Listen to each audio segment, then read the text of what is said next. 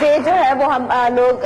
Celebrate کر رہے ہیں آج. ہمارے کلچر کی سب سے خوبصورت بات, بلوچی کلچر کی حسین بات جو آپ کے دل کو مطلب ٹھا کر کے لگتی ہے. مجھے جو سب سے زیادہ بلوچی کلچر کی بات اچھی لگتی ہے تو ڈیفینیٹلی ہمارا ایک لباس ہے, بہت ہی خوبصورت اور بہت ہی کورڈ ایک قسم کا خوبصورت لباس ہے. لیکن ٹریڈیشن میں ہماری جو بات مجھے بہت پسند ہے وہ یہ ہے کہ بلوچوں کے اندر جہیز کی جو لعنت ہے وہ نہیں ہے, جہیز کا رواج نہیں ہے. ہمارے یہاں اگر کسی کے گھر میں کوئی بیٹی پیدا ہو جائے تو اس کی ماں کو یہ تکلیف پرابلم نہیں ہوتی پیرنٹس کو کہ ساری زندگی اس کا جہیز جمع کر کے رکھنا ہے کہ اس کی شادی آئے گی تو اس کو کچھ دینا ہوگا. یہی وجہ ہے کہ بلوچوں میں شادیاں بر وقت مطلب ہو جاتی ہیں جیسے ہی بچے اڈلٹ ہو جاتے ہیں, اور شادی کرنے میں یہ نہیں انتظار کرنا ہوتا دولہے کو کہ وہ 30 سال کا ہوگا, اپنا گھر بنائے گا اپنے لیے, یا دلہن کی ماں کو انتظار نہیں کرنا ہوگا کمپلیٹ بنا لوں جی کہ میں اتنا کچھ بنا لوں گی, کیونکہ شادی کا پورا برڈن دلہے کے اوپر ہوتا ہے, اور چاہے وہ بارات کے کھانے تک کا بھی جو ہوتا ہے وہ دلہے کے اوپر. چائے آتی ہے وہ بھی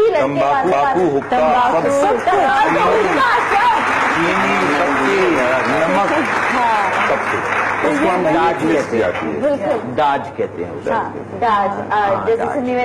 ہمیں برا سمجھا جاتا ہے. مطلب یہ دلہے کی ایک طریقے سے انسلٹ ہوتی ہے کہ دلہن فرنیچر لا رہی ہے, جہیز لے کر آ رہی ہے, کیا مطلب دلہا افورڈ نہیں کر سکتا, یہ اس کی ذمہ داری ہے. کتنا بڑا ایک فلسفہ ہے اس میں کہ یعنی ایک تو لڑکی کا باپ بیٹی بھی دے اور پھر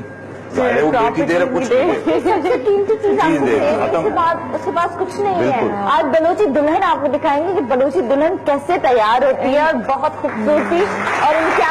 ڈریس کیسا ہوتا ہے وہ ہم آپ کو دکھائیں گے. آپ کو اپنے کلچر کی کون سی بات, جیسے مجھے پتا ہے کہ آپ کو اپنی زبان سے بہت ایک محبت ہے, تو کوئی ایسی بات جو اس دن وقت کم تھا تو ہم نہیں کر پائے تھے, کوئی اور نہیں بات. ناز صاحبہ نے کہا نا کہ شادی کے حوالے سے, پھر ایک ہمارے کلچر کا ایک حصہ ہے جو ٹریجڈی میں, غم میں, وہ چیز بھی مجھے بہت پسند ہے. جیسے ڈاج کی بات ہے وہ یہ ہے, اس کو ہم پرس کہتے ہیں. نہیں ڈاج الگ فوتگی پہ وہ آیا ہے کہ مطلب وہ جس کے گھر میں فوتگی ہوئی ہے, کیا کوئی آتا ہے وہاں دعا فاتحہ کرنے کے بعد وہ جہاں پہ بیٹھا ہوتا ہے, جس بیڈ پہ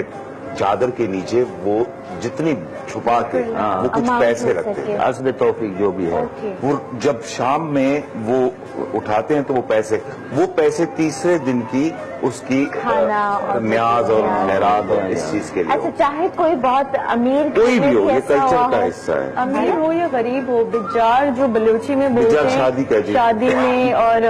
کسی بھی مصیبت یا خوشی کے ٹائم ہمیں کوئی پرابلم نہیں ہے, پورا گاؤں مل کے ہمیں سپورٹ کرتا ہے.